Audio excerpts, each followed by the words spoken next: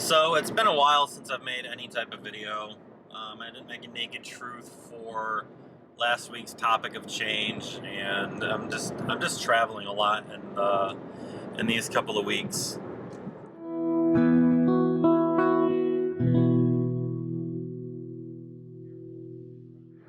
I guess you could say like a lot's been going on, depending upon when the last time you watched.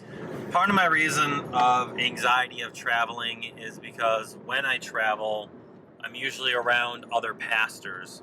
And I don't like being around other pastors. It's difficult when you don't fit in. It's difficult when you don't have, Bible verses and chapters and scriptures memorized and everyone else around you does.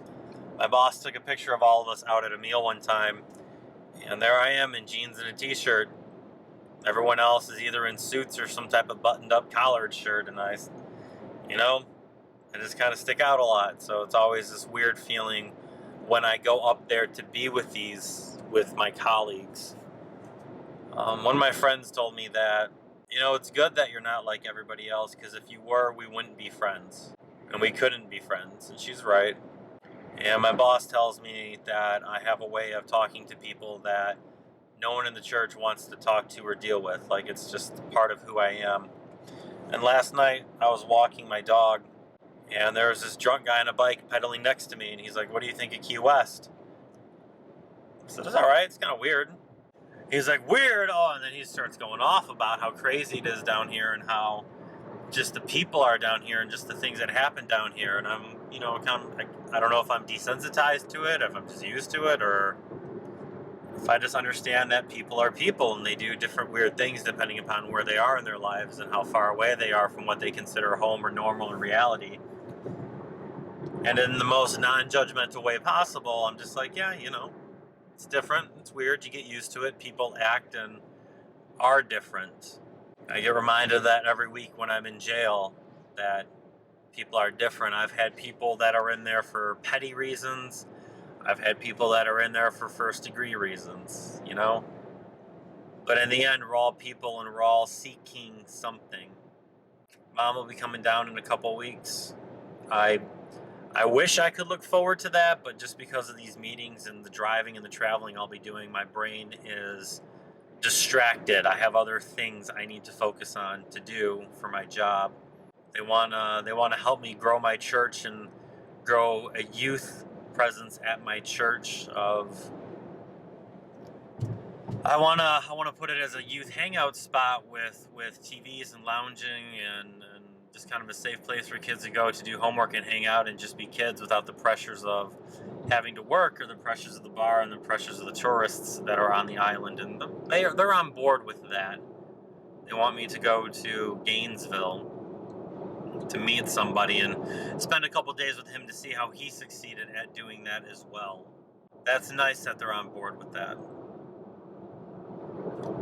Traveling gives me anxieties. I get lonely in the car and I try to call people and talk to people, but at the same time, it's still not the same as just being around other people. So I kind of just sit and fester, and my brain's negative thoughts try to make their presence known to me more than ever by making issues out of nothing.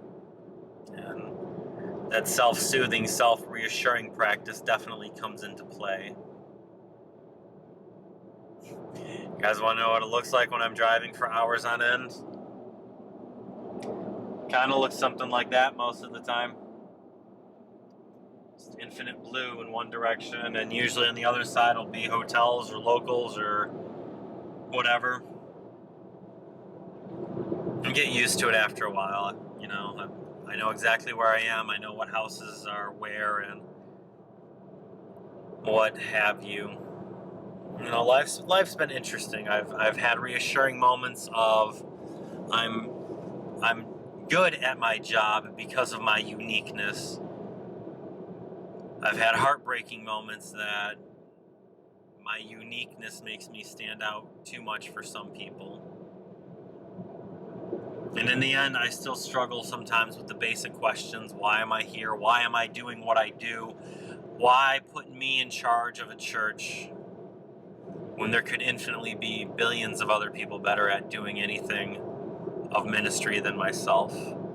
I don't think I'm going to try and do an honest faith video today. I know I got to do a naked truth video at some point as well for the new topic. So, yeah, that's pretty much all I got for my own personal vlog. Everyone have a good week. Hope I had a good Easter.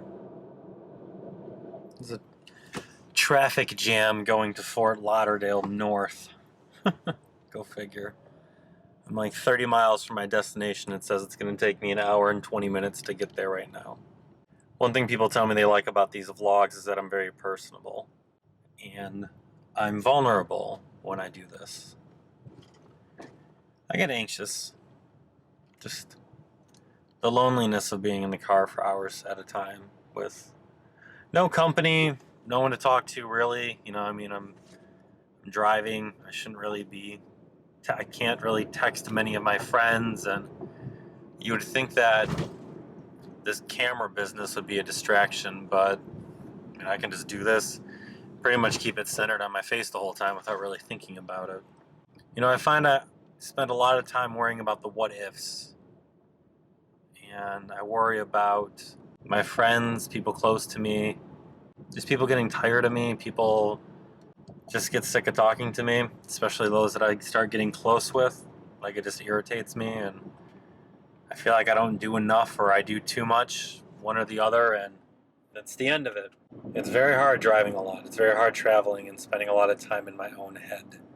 And I used to smoke when I would go on long trips. Did for a long time in Chicago, and that would help quiet the voice, but that voice would only be replaced by, you shouldn't be smoking. Smoking is bad for you. And I haven't smoked in a long time.